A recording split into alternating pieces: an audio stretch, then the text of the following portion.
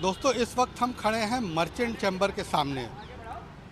ये उत्तर प्रदेश का वो मर्चेंट चैम्बर है, वो ऐतिहासिक मर्चेंट चैम्बर है जहां पर 4 जून को मर्चेंट चैम्बर में एक कार्यक्रम आयोजित किया गया था, जिसमें महामहिम राष्ट्रपति को यहाँ पे निमंत्रण दिया गया था आने के लिए, जिसको लेकर के राष्ट्रपति हमारे रामनाथ कोविंद जी, महामहिम रामनाथ कोविंद जी इस मर्चेंट चैम्बर में आए और उन्होंने इस कार्यक्रम में शिरकत भी की थी। लेकिन मंच से राष्ट्रपति ने एक बात कही।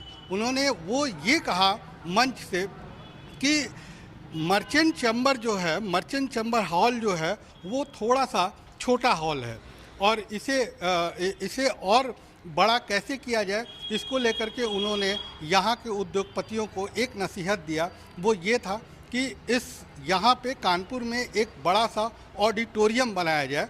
कि ये ऑडिटोरियम कैसे बनेगा, इस पे लेकर के हमने इस सवाल को लेकर के जब हमने मर्चेंट चैम्बर के सेक्रेटरी से बात किया तो उन्होंने उन्होंने ये बताया कि ये सारी प्रोसेस जो है थोड़ी लंबी प्रक्रिया है, लेकिन मर्चेंट चैम्बर इस पे विचार कर रहा है। इसमें कोई संदेह नहीं कि राष्ट्रपति और प्रधानमंत्री के जो कार्यक्रम होते हैं वो बड़े स्थानों पर होते हैं ताकि ज़्यादा लोग आ सकें। इसके पहले जो कार्यक्रम हमारे यहाँ हुए, आज से 15 साल पहले भूतपूर्व श्रीमती प्रतिभा देवी सिंह पाटिल आई थी, तब एक कार्यक्रम हम लोगों ने लाजपत भवन में किया था। वहाँ की क्षमता ज़्यादा है, किंतु हम लोगों की इच्छा ये थी कि हम अपने ही घर में बुलाएं उनको, हम दूसरे के घर में क्यों जाएं। और चूँकि ये हमारी वैसे भी ऐतिहासिक बिल्डिंग है, ये 70 साल पुरानी बिल्डिंग है, इस बिल्डिंग को बने हो गए, तो उस समय की ज़रूरतों के हिसाब से ये परिसर बना था।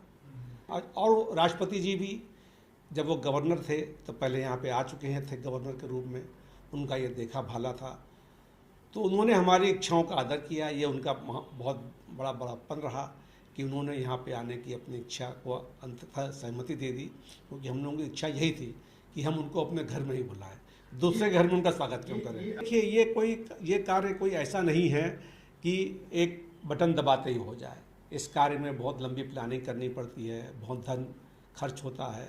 अब इसके लिए हम लोगों के जो सदस्य हैं, जो काउंसिल बोर्ड ऑफ गवर्नर्स है, जब अगली मीटिंग जब होगी तब उसमें बैठ करके उस पर विचार किया जाएगा कि भाई जो उन्होंने सुझाव दिया है उसके लिए हमें क्या करना चाहिए, कहाँ जाना चाहिए, कहाँ पे हम इसको बना सकते हैं, कैसे कर सकते हैं, क्योंकि ये इतना आसान काम नहीं है। मतलब मर्चेंट चैम्बर अभी तक नहीं ऑडिटोरियम बनाने को सोच नहीं रहा था कि एक बड़ा ऑडिटोरियम बनाए कम से कम? नहीं, निश्चित रूप से नहीं। देखिए, ये ऑडिटोरियम भी जो है सिंघानिया परिवार ने इसके लिए ज़मीन खरीदी और सिंघानिया परिवार ने इस बिल्डिंग को बनाया और उसके पश्चात इस बिल्डिंग को उन्होंने मर्चेंट चैम्बर को उन्होंने डोनेट कर दिया और इसको सेल्फ सस्टेन बना दिया ताकि मर्चेंट चैम्बर उसमें अपना काम कर सके।